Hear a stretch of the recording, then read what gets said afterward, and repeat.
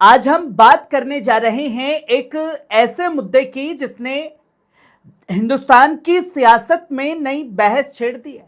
एक ऐसा सवाल जो सीधे राष्ट्रीय स्वयंसेवक संघ यानी आरएसएस के दरवाजे पर जाकर खड़ा हो गया है। आरएसएस एक ऐसा संगठन जो इस वक्त अपने 100 साल पूरे होने का जश्न दुनिया भर में मना रहा है। देश के अलग अलग हिस्सों में कार्यक्रम हो रहे हैं, विदेशों में भी समारोह आयोजित किए जा रहे हैं। आरएसएस के समर्थक इसे भारत की सबसे बड़ी सांस्कृतिक और राष्ट्रवादी संस्था बताते हैं। दावा किया जाता है कि लाखों स्वयंसेवक संघ इससे जुड़े हुए हैं। हजारों शाखाएं रोज लगती हैं।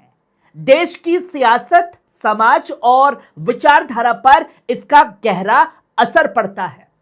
लेकिन इसी दौरान एक ऐसा सवाल खड़ा होता है जिसने पूरे देश का ध्यान अपनी तरफ खींच लिया है।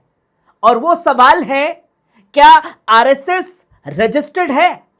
अगर है तो किस कानून के तहत है? अगर नहीं है तो क्यों नहीं है? और अगर नहीं है तो फिर इसका जवाबदेही किसके प्रति है? Karnataka government had directed the activities of RSS are secretive and it must register. What is your response? I don't need to respond. There are so many unregistered things going on. And we are not secretive, we are working on open ground. We are calling people and telling them about Sangha. This is politics. And all these things, gimmicks are being tried. They will do that. दोस्तों, ये सवाल किसी social media user ने नहीं पूछा है। ये सवाल किसी यूट्यूबर या पत्रकार ने नहीं पूछा है। ये सवाल पूछा है कर्नाटक के गृह मंत्री प्रियांक खड़गे ने। उन्होंने they have nothing to hide Alva. मोन्ने त्रिशूर ने ಏನಂದ್ರು मोहन भागवत अरे हम क्या छुपा के कर रहे हैं क्या? हम संघ के नाम पर ही कर रहे हैं। मैं भी वही पूछ रहा हूँ, संघ के नाम पे कर रहे हैं तो भैया संघ क्या है, कौन है, आपका पैसा कहाँ से आता है? वही तो पूछ रहा हूँ मैं भी। वो भी वही बोल रहे हैं, हम भी वही बोल रहे हैं। जी, चिट्ठी आपने लिखी जो 13 जून को, अचानक से मतलब ये संघ की आप नीति पर पूछ रहे हैं? नहीं, मेरा उनका नाता पुराना है। आज अभी होम मिनिस्टर बना हो ना, एक हफ्ते पहले जो पहले पूछ रहा था तो अभी ऑफिशियली पूछ रहा है। थे आरएसएस प्रमुख मोहन भागवत को चिट्ठी लिखकर जवाब मांगा है, कारण बताओ नोटिस जारी किया है। और सिर्फ एक नहीं, पूरे 8 बड़े सवाल पूछे हैं। लेकिन सवाल सिर्फ इतना नहीं कि प्रियांक खड़गे ने क्या पूछा। असली सवाल तो यह है, आखिर यह मुद्दा उठा क्यों है और यह बहस इतनी बड़ी क्यों आखिरकार बनती जा रही है। पहले समझते हैं कि भारत में किसी संस्था का रजिस्ट्रेशन आखिर होता क्यों है।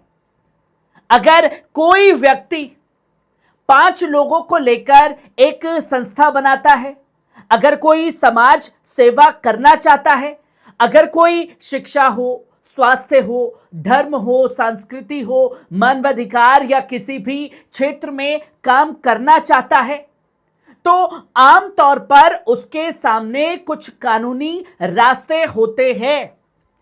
वे सोसाइटी रजिस्ट्रेशन एक्ट के तहत संस्था बना सकता है, ट्रस्ट बना सकता है, सेक्शन 8 कंपनी बना सकता है, एनजीओ बना सकता है या किसी दूसरे कानूनी ढांचे के तहत अपने काम को अंजाम दे सकता है।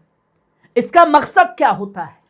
ताकि सरकार को मालूम रहे कि संस्था कौन चला रहा है, पैसा कहां से कितना आ रहा है, पैसा कहां खर्च हो रहा है, कौन फैसले इसके लिए ले रहा है, और अगर कोई गड़बड़ी होती है तो जवाबदेही कौन होगा। यानी रजिस्ट्रेशन सिर्फ एक कागज का महज टुकड़ा नहीं होता, रजिस्ट्रेशन जवाबदेही की बुनियाद माना जाता है। अब यहीं से आरएसएस को लेकर बहस शुरू होती है। प्रियंक खड़गे का कहना है कि अगर आरएसएस देश की सबसे बड़ी संस्था होने का ये दावा करती है, अगर उसके पास लाखों करोड़ों कार्यकर्ता हैं, अगर उसकी गतिविधियां पूरे देश में चलती हैं, डैमेज कंट्रोल करती है, नफरत फैलाती है मुसलमानों के खिलाफ, तो फिर उसका कानूनी ढांचा क्यों नहीं है? उसकी जवाबदेही का सिस्टम क्या है?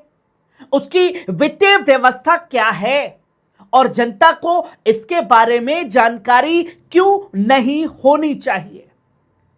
इसलिए उन्होंने 8 सवाल पूछे हैं।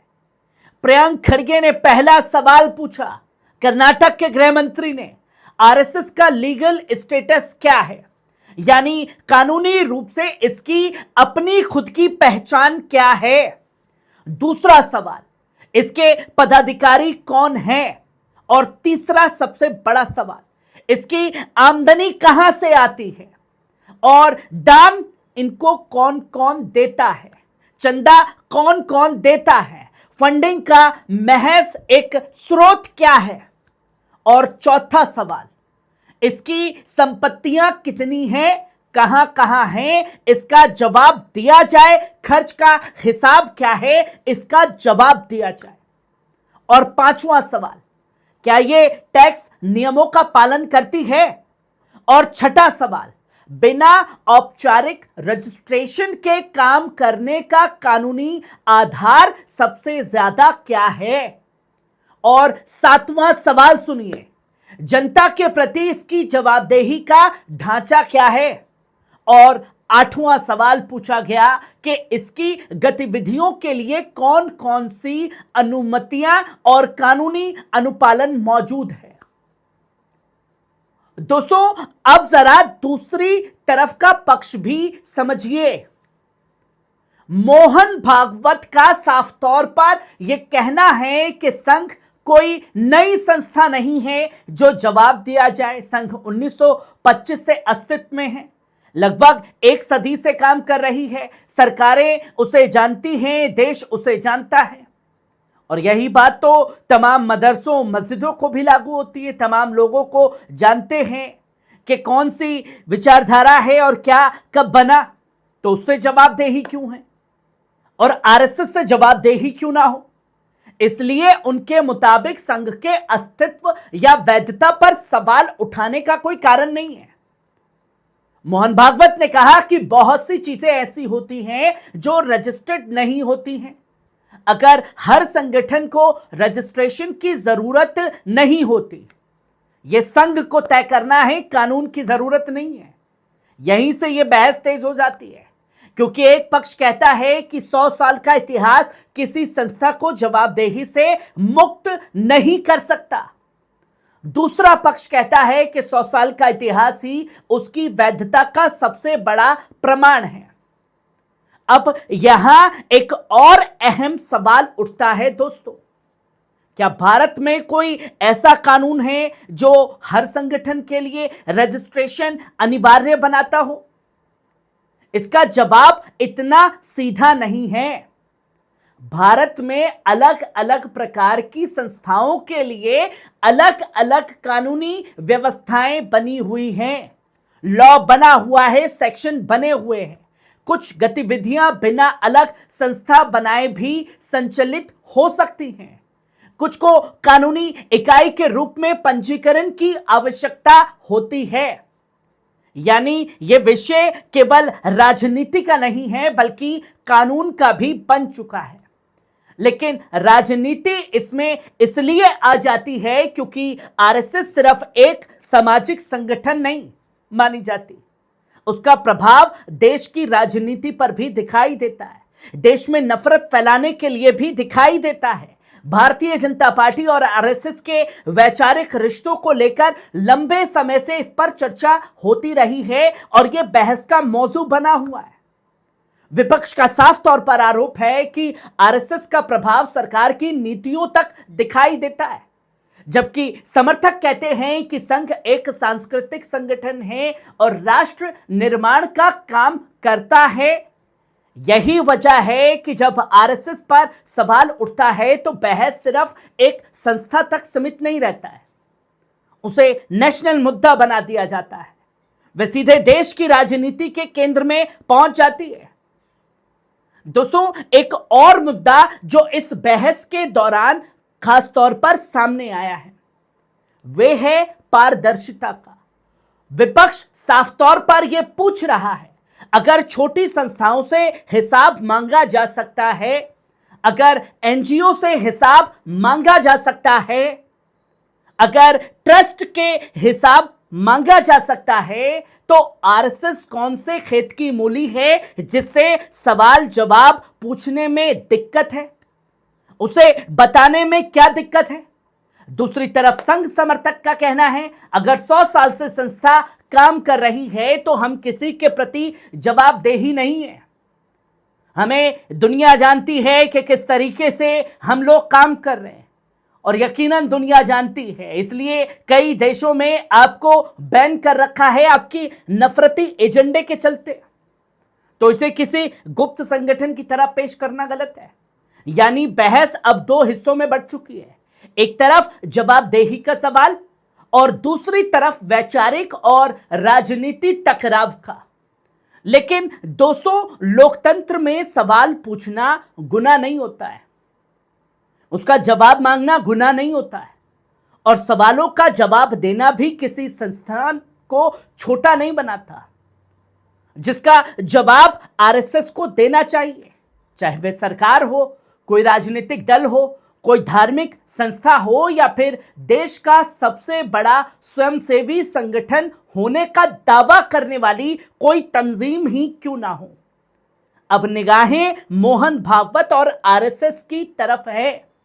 क्या वे इन सवालों का जवाब खुलकर देंगे? क्या कोई औपचारिक प्रतिक्रिया इस पर सामने नजर आएगी, या यह विवाद राजनीतिक बयानबाजी तक ही सीमित रह जाएगी? दोस्तों, इसका जवाब आने वाले दिनों में साफ होगा, लेकिन इतना खासतौर पर यह तय है कि आरएसएस के 100 साल पूरे होने के मौके पर शुरू हुई यह बहस अब देशव्यापी चर्चा का विषय बन चुकी है, जहां सीधे सीधे गृह मंत्री की एंट्री हो चुकी है। आपकी क्या राय है? क्या इतनी बड़ी संस्था को अपनी वित्तीय और प्रशासनिक जानकारी सार्वजनिक करनी चाहिए या नहीं करनी चाहिए, या फिर यह पूरा विवाद सिर्फ राजनीतिक मकसद के लिए ही खड़ा किया गया है? अपनी राय कमेंट बॉक्स में जरूर लिखिएगा। मैं हूं आपका दोस्त नदीम अकरम। आप देख रहे थे पल पल न्यूज, आपकी खबर आपका भरोसा। शुक्रिया।